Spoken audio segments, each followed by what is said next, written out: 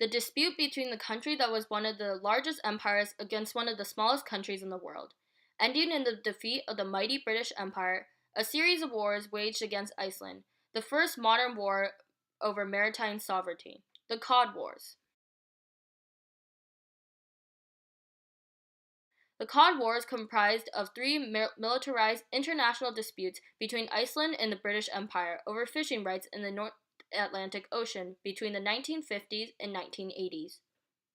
The Cod War remained as one of the most important disputes over maritime boundaries to date and set precedents over their resolution and international relations, the primary source of economy in Iceland in the 20th century. Prior to the First Cod War, the United Kingdom consumed approximately 728,000 pounds of cod per year. As an island country, many cities' economies were rooted in the fishing industry. As population grew, so did demand, ultimately causing Britain to secretly fish in Iceland's sovereignty. In 1956, the Organization of European Economic Cooperation decided that Iceland had control over 4 nautical miles of fishing ground in the North Atlantic from their coast. However, in September of 1958, Iceland, without consulting NATO, the North Atlantic Treaty Organization, decided to expand their fisheries zone from 4 to 12 nautical miles. Iceland's largest export during this time was cod, and a higher demand for fish pushed Iceland to expand their boundaries. All countries involved in NATO opposed the idea of their expansion. Furthermore, England proposed that their ships could pass into Icelandic water and sent 20 trawlers, 4 warships, and a supply vessel to stop the Icelandics. On September 4, 1958, Aegir, an Icelandic patrol vessel, attempted to drive the British ship HMS Russell out of Icelandic waters. Additionally, on October 6, 1958, VS Maria Julia fired 3 shots at a British trawler, which forced the trawler to leave the Icelandic claimed waters. After a chain of ship encounters, Iceland threatened to pull out of NATO for entering their waters. Afraid of losing an important member of NATO, the UN Conference of Law of the Sea agreed that in late February, Iceland could extend their territory to 12 nautical miles from the coast of Iceland, ending the dispute of the First Cod War. After a few years of peace, the Second Cod War began in the end of 1972. The Icelandic government, again without consulting NATO, announced their intention of expanding fishing limits to 50 nautical miles to conserve fish stocks and increase Iceland's total number of catches. The British were unhappy as this one-sided agreement would create a bad precedent and thus refused to respect their new boundaries. British trawlers continued their fishing. Icelandic patrol ships began drawing out British ships until the use of net cutters. Trawlers fished by dragging a large net through the ocean, catching fish as they went. Patrol ships would cut off the trawl nets of trawlers using their net cutters, causing the British ships to lose their catch. This forced the ships to return as they could not catch any more fish. On January 18, 1973, the nets of 18 separate trawlers were cut. The British, unarmed, began colliding with Icelandic ships to stop them from cutting trawl nets. On August 29th, the same year, the Icelandic Coast Guard reported the loss of 1 life, Halldór Hallfreðsson.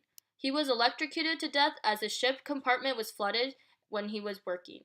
This became a majorly disputed topic for the safety of the citizens involved in the Cod Wars. In September of 1973, Joseph Luns from NATO met with the Icelanders and created an agreement where the British had more limited fishing activities but access in certain areas inside the 50 nautical limit.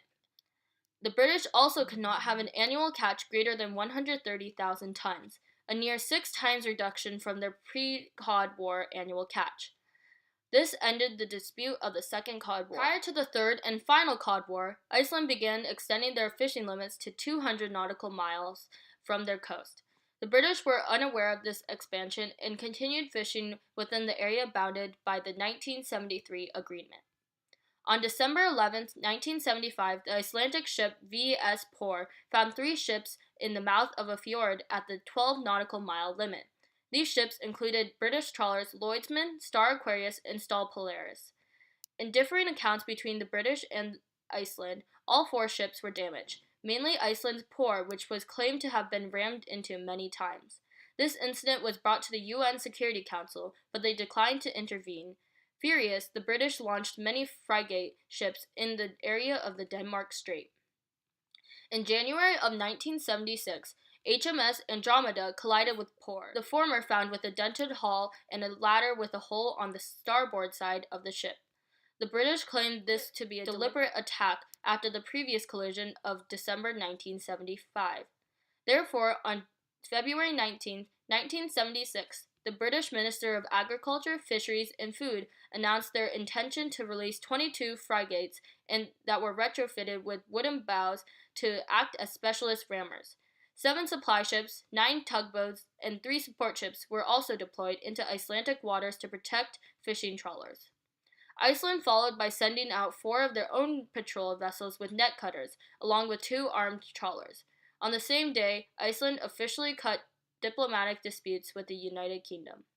Through the next 6 months, incidents of rammed ships popped up until Iceland threatened to close NATO's base of Keflavik, an important base that allowed access to the Soviet Union through the Atlantic Ocean. Iceland also threatened withdrawing from NATO entirely. Therefore, the UK was forced to follow their terms of a new 200 nautical mile zone. Though the British government agreed to have the fishermen stay outside of the 200 nautical mile zone, ramming incidents continued.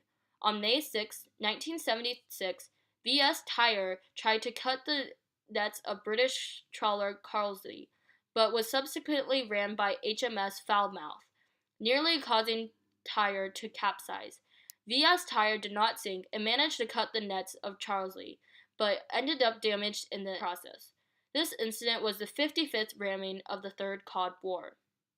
In the end, Iceland and the United Kingdom met at NATO, where on June 1, 1976, Iceland agreed to have 24 British trawlers within the 200 nautical mile zone, and these trawlers could only fish a total of 30,000 tons per year. In the end, the British fisheries lost much of its fishing ground, causing a major economic crash for many British ports. In the cities of Grimsby, Hull, and Fleetwood, thousands of fishermen lost their livelihoods. These cities suffered the price of the Cod Wars, and thousands lost everything. Iceland, however, gained fishing grounds and became the world's largest exporter of cod. Though these were the first wars that Iceland had ever fought against a foreign country, Iceland was victorious. A great sense of nationalism swept through the country, connecting each person and inspiring generations to come. Throughout the wars, both England and Iceland were unwilling to negotiate most of the terms to end the wars quickly. This resulted in millions of pounds used to repair ships after the wars. However, the general need for countries to keep their nation's reputation pushed them to the downfall of many ships. Iceland was successful in the end as they pulled their international power in NATO to overcome England. After the Cod Wars, the political relationship of Iceland and the United Kingdom was shaky. During the Third Cod War, Iceland completely cut off political relations between the British. Even over 35 years later, in 2010, when IceSave, one of the largest banks in the North Atlantic, crashed, Iceland, which owed Britain over £5.6 million, refused to negotiate and return the money.